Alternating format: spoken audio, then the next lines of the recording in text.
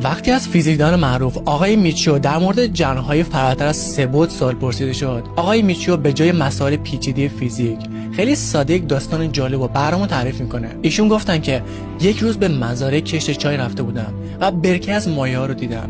اونا در یک برکه در فضای 2 بعدی خودشون به چپ و راست و عقب و جلو حرکت میکردن و نمیتونستن منو ببینن، چون من در بعد بالاتر یا ابرفضای 3 بعدی بودم. اونا از جهانی فراتر از برکه خودشون اطلاعی نداشتن. با خودم گفتم چی میشه اگه اون ماهی رو بگیرم و وارد فضای 3 بعدی خودمون کنم؟ موجوداتی رو میبینه که بدون آب نفس میکشن و این یعنی قانون جدید زیست. اون موجوداتی رو میبینه که بدون باله حرکت میکنن و این یعنی قانون جدید فیزیک. ما همون ماهی‌ها هستیم که در فضای 3 بعدی زندگی میکنیم و ما امروز فکر میکنیم که جهانی بجز جهان ما وجود نداره و همه اینا تخیله.